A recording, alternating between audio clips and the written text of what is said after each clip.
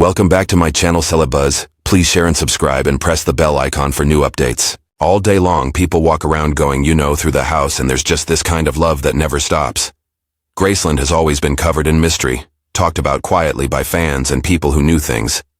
But nothing, absolutely nothing could have made the world ready for what was found under the king's famous house. After almost 50 years of keeping it secret, a door that had stayed locked since Elvis died was finally opened up.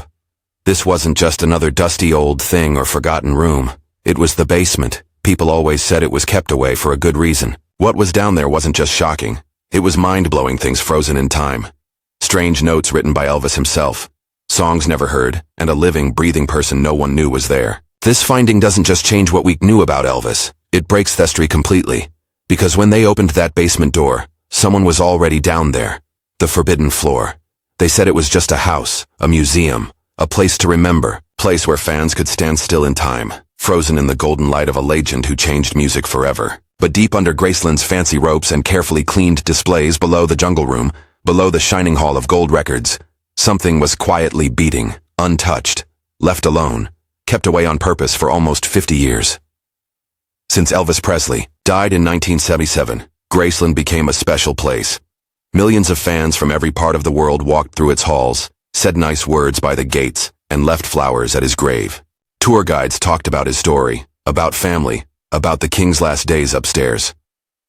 But one floor was left out of every booklet, every map for tourists, every whispered story. The basement, it wasn't just left out. It was erased. No people allowed, no guided tours, no pictures. Even workers who had been there a long time were said to stay away from it completely. The reason they gave was kept for privacy, but that was a lie. Because behind the quiet, people who knew told a scarier story, one where the door wasn't locked from the outside, but from the inside, and no one ever explained how. In early 2025, after almost 50 years locked shut, the lock finally broke open. What they found down there wasn't just private. It was impossible, and it made people ask one scary question. Did Elvis ever really leave? Cracking open the mystery. It started as a whisper, then came the news announcement. Graceland workers made it sound normal, just a quiet, planned fix-up, building work, keeping things safe. Nothing unusual, they said. Nothing worth talking about. But behind closed doors it wasn't normal. It was an emergency. Panic met rules. Secret letters flew because this wasn't about fresh paint or fixing pipes. This was about opening something that had been locked shut for 48 years. On purpose, a private team was put together.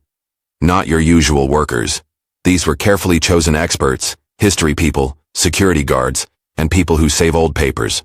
All promised to keep secrets, under super strong agreements. They carried not just tools, but fancy machines for saving old things and high-level boxes for keeping things safe.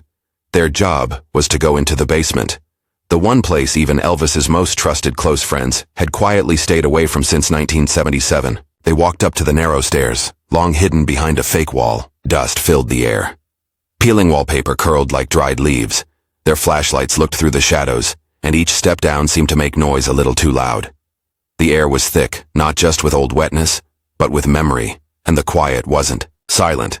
It was a buzz, a feeling like the whole house was holding its breath. Then came Themament at the bottom. A single light bulb swung on an old cord. Its dim light showed shapes frozen in time, furniture under dust-covered sheets, an old record player still holding a ventricord. A pair of Elvis's special sunglasses sat on top of a crushed velvet cushion, untouched. And then they saw it. A door slightly open, no lock, just waiting. And from the dark crack behind it, something moved. Was it an animal? Someone living there? A trick of the light? Or had someone somehow been down there all along? What they found next left even the experienced workers without words. The hidden TV room. The moment they walked inside, it felt like walking into a perfectly saved moment in time. Not a copy, not a rebuilt room. They'll thing, untouched for years. The first room they went into was the famous TV room. A space fans had heard whispers about for years, but never seen with their own eyes. It was almost like a myth, talked about sometimes, mentioned in books about his life but never shown to the public. Elvis was known for wanting to stay informed about things, and there they were, 3 old television sets lined up next to each other, just, as the story said, still working, still pointed at a low couch, still quietly glowing with ghostly fuzz, as if waiting for him to come back and watch the evening news. The decorations were totally Elvis. Bold black and yellow walls, mirrored ceilings, shag carpet, and most amazing of all, a bright lightning bolt stretching across the far wall, matching the famous TCB saying, taking care of business in a flash. It wasn't just a room. It was a time capsule of his personality. Old magazines sat stacked on a side table, their covers yellowed with age. Empty soda bottles gathered dust beside an ashtray. Even a pair of casual shoes rested near the couch, facing. The television, like their owner, had just stepped out to answer the door. There were no fake props, no mysterious messages, no hidden diary pages waiting to be found. Just Elvis, frozen in his absence. But then, just as the workers began to get used to the weird quiet, it changed. A creaking sound came from beyond the far wall, not the random groan of a house settling, not the soft drip of old plumbing. This was different. It was slow, steady, careful footsteps, and they were coming from beyond the pool room. The pool room, frozen, intim. Then came the pool room, probably one of the most visually amazing and mysterious spaces in all of Graceland. Unlike anything else in the house, this room wasn't just decorated, it was changed completely. Every inch of ceiling and wall was covered in pleated many-colored fabric, hand-hung in a mesmerizing swirl of blues, golds, and burnt orange. The design felt like a dream frozen in 1974, almost trippy in its boldness. This was Elvis's escape within an escape, a place where he could play pool, laugh with close friends, or simply disappear from the public eye. It was private, personal, and completely his. When the fix-up team stepped inside, the air changed. Time didn't feel like it had passed. It felt stopped. The pool table stood exactly where it always had. It felt still perfect. Balls set up as if a game had ended mid-shot. Custom light fixtures, now flickering back to life with restored power, cast amber colors across the richly textured walls. Cue sticks, leather chairs, and even unopened cigarette packs satin-touched, kept like sacred relics. The room was perfect. Too perfect. That's when someone pointed it out. The silence, not just quiet, but the kind of silence you feel in your chest. The kind of silence that only exists in places completely left by life, untouched by even a breath of movement. There was no dust trail, no footprints. Yet nothing had set off the basement's fancy security sensors, put in years ago and watched regularly, and yet not a single alarm had gone off. It didn't make sense. That's when the whispers started among the workers, not about history, but about someone being there.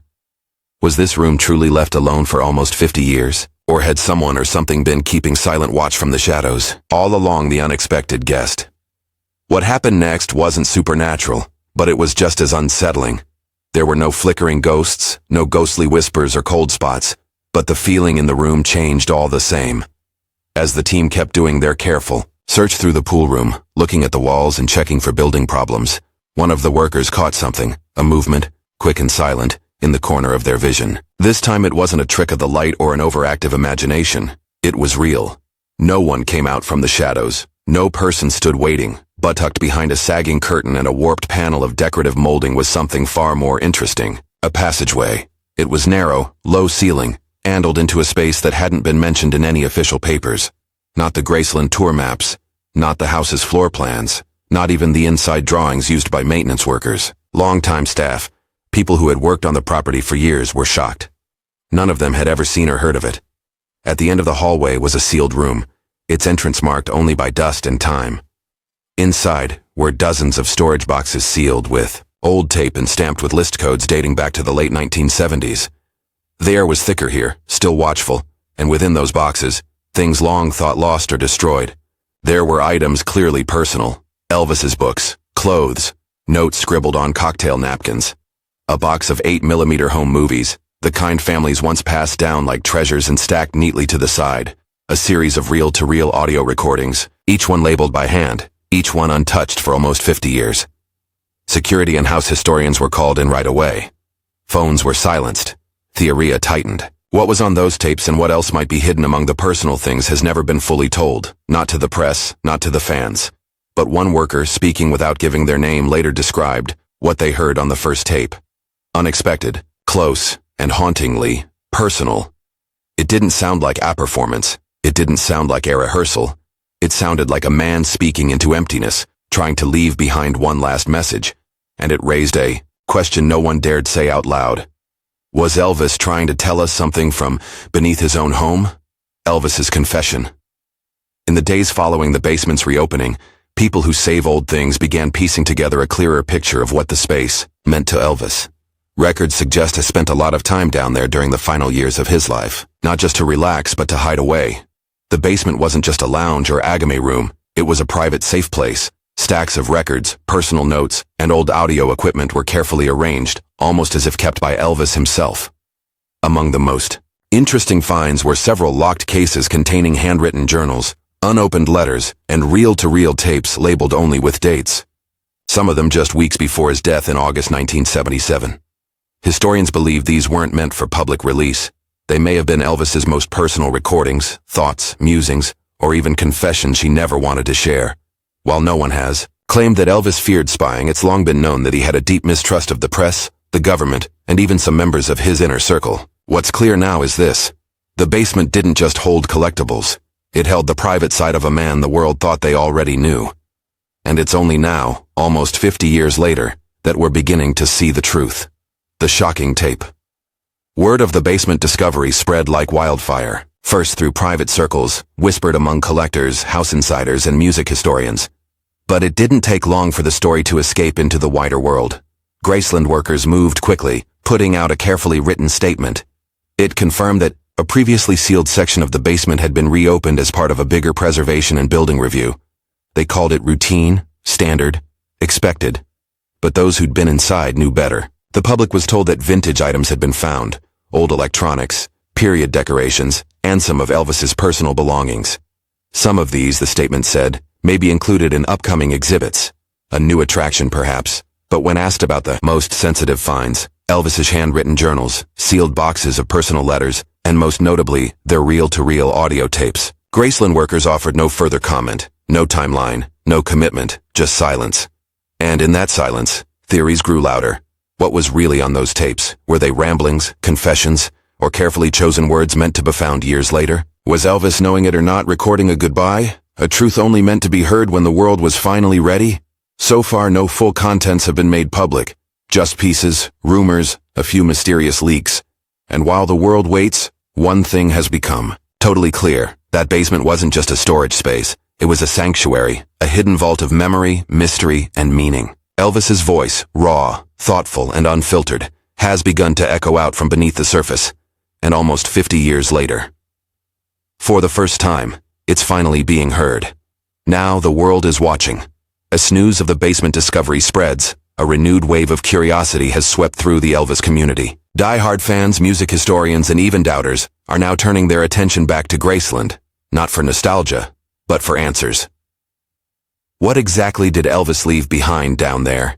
How much of it was on purpose, and how much simply forgotten over time? And most importantly, what will the public be allowed to see, hear, or read? According to house sources, sections of the basement have now been sealed again as preservation experts and people who save old things begin the long, careful process of listing everything found. Now unauthorized people are allowed inside. But one thing is absolutely clear. Elvis Presley's legacy still holds secrets. They weren't buried. They weren't lost. They were sitting insolence beneath the floors of Graceland, waiting for the right moment to be found. And whether it's another tape, a handwritten letter, or a memory frozen in time, what comes next could change everything we thought we knew about the King. What do you think Elvis was hiding down there? Was Danny telling the truth, or was this all part of something even bigger? Let us know in the comments. And if you want more shocking reveals from inside Graceland and beyond, don't forget to like, subscribe, and hit that notification bell, because the King may be gone, but his secrets are only just beginning to surface.